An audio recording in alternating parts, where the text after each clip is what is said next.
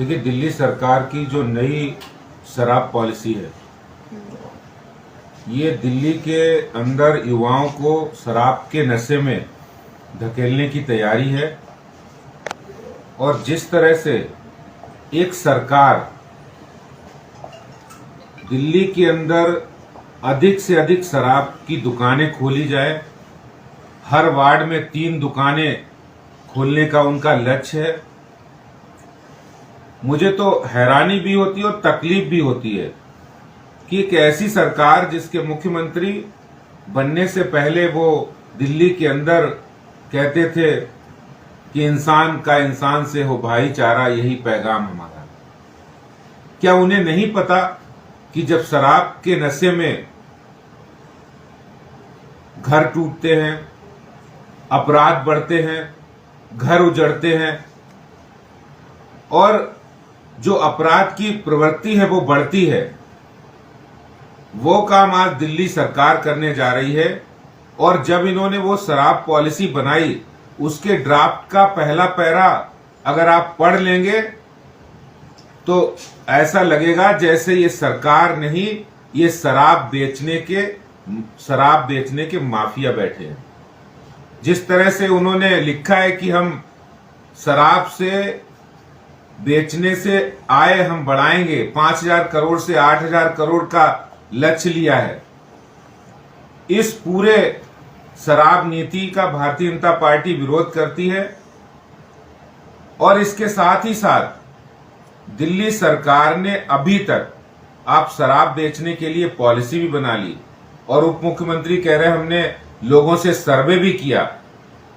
आपने प्रदूषण के नाम पे कोई सर्वे नहीं किया, आपने प्रदूषण से लड़ने की कोई पॉलिसी नहीं बनाई, कोई कमेटी नहीं बनाई। दिल्ली के लोगों को आज 30% जनता को पानी नहीं उपलब्ध हो रहा है, उसकी कोई आपने पॉलिसी नहीं बनाई। आप शराब बेचने की पॉलिसी बना रहे हैं और दिल्ली को शराब की राजधानी बनाना चाहते हैं, जहां एक और इससे शराब युवा और महिलाएं जो आज अपराध बढ़ेंगे, युवा शराब की ओर, युवाओं को शराब पीने की लत लगेगी, उसकी दोषी दिल्ली सरकार होगी। और मैं दिल्ली के मुख्यमंत्री साहब से कहना चाहता हूं कि आप कौन सी राजधानी बनाना चाहते हैं? आप पियक्कड़ दिल्ली बनाना चाहते हैं? आप बीमार दिल्ली बनाना चाहते हैं? आप मौत से जूझती हुई दिल्ली बनाना चाहते हैं या कर्जे के बोझ से दबी हुई दिल्ली बनाना चाहते हैं? कि आप अपनी इनकम, सरकार की इनकम को बढ़ाने के लिए इस कदर सत्ता के नशे में चूर हैं कि आप लोगों को, युवाओं को शराब के नशे में धकेलना चाहते हैं। जिस समय मनीष सिसोदिया जी जो प्रेस कॉन्फ्रेंस कर रहे थे और जो वो नक्शा दिखा रहे थे कि ये रेड जोन है, इस रेड जोन में शराब की दुकानें नहीं है, इसलिए हम यहां खोलेंगे। क्या आपने कभी कोई ऐसा नक्शा दिखाया कि यहां पर प्रदूषण ज्यादा है दिल्ली का, वो प्रदूषण हमें कम करना चाहिए?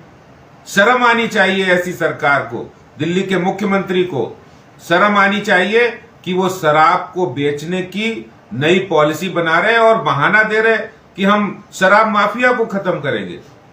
आप तो शराब माफिया बढ़ा रहे हैं। दिल्ली के अंदर सरकारी दुकानों को बंद करके प्राइवेट शराब माफिया को आप ला रहे हैं और इसमें भी एक बहुत बड़े भ्रष्टाचार की गंध आ रही है। ये बहुत बड़ा भ्रष्टाचार है। कल हम लोग माननीय उपराज्यपाल जी से मिलने वाले हैं और उनसे कहेंगे कि इस शराब पॉलिसी को दिल्ली के लिए बहुत खराब है, दिल्ली के अंदर अपराध बढ़ेंगे, इस शराब पॉलिसी को बिल्कुल भी लागू नहीं किया जाए। क्या आप इसी दिन के लिए इस एनसीटी अमेंडमेंट बिल का विरोध कर रहे थे कि आप मनमानी कर सके, एक ऐसी मनमानी जिससे दिल्ली का युवा शराब की ओर जाए? दिल्ली के अंदर जब हर वार्ड में 3-3 दुकानें खुलेंगी, वो आप कह रहे हैं, मैं नहीं कह रहा हूं, आप कह रहे हैं कि हम 3 दुकानें खोलेंगे एक वार्ड में। आप एक वार्ड के अंदर साफ सुथरा पानी देने की पॉलिसी लाते तो अच्छा लगता। अगर आप ये तय करते कि इस वार्ड के अंदर धूल उड़ती है, यहाँ सड़कें नहीं बनी है, गलियां नहीं बनी है। आप वहां गलियां सड़कें बनवाते तो दिल्ली तो अच्छा लगता, लेकिन आप उसकी बजाय दिल्ली के लोगों को विकास, पानी और प्रदूषण से मुक्ति की बजाय आप शराब बेचने की पॉलिसी ला रहे हैं। ये कैसी सरकार है? मैं एक जंगपुरा में गया था। जंगपुरा में वहां महिलाओं ने शिकायत की है, स्कूल की दीवार से सटा हुआ शराब का ठेका, वहां पर सारे आरडब्ल्यूए के लोग, सब लोग वहां विरोध कर रहे हैं। उसके बावजूद भी दिल्ली सरकार ने वो स्कूल की दीवार से सटी हुई शराब की दुकान को बंद नहीं किया।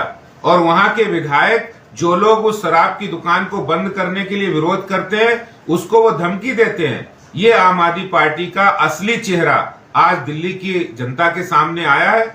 मैं तो यही कहूंगा कि इस शराब पॉलिसी का भारतीय जनता पार्टी तो विरोध कर ही रही है, लेकिन जितने फोन आज हमारे पास दिल्ली में आरडब्ल्यूए के, दिल्ली में महिला संगठनों के आए हैं, निश्चित रूप से आने वाले दिनों के अंदर इस दिल्ली सरकार की नई शराब पॉलिसी का हम विरोध करेंगे और दिल्ली के युवाओं को जो शराब के अंदर धकेलने की तैयारी दिल्ली सरकार की है, उसका हम विरोध करेंगे।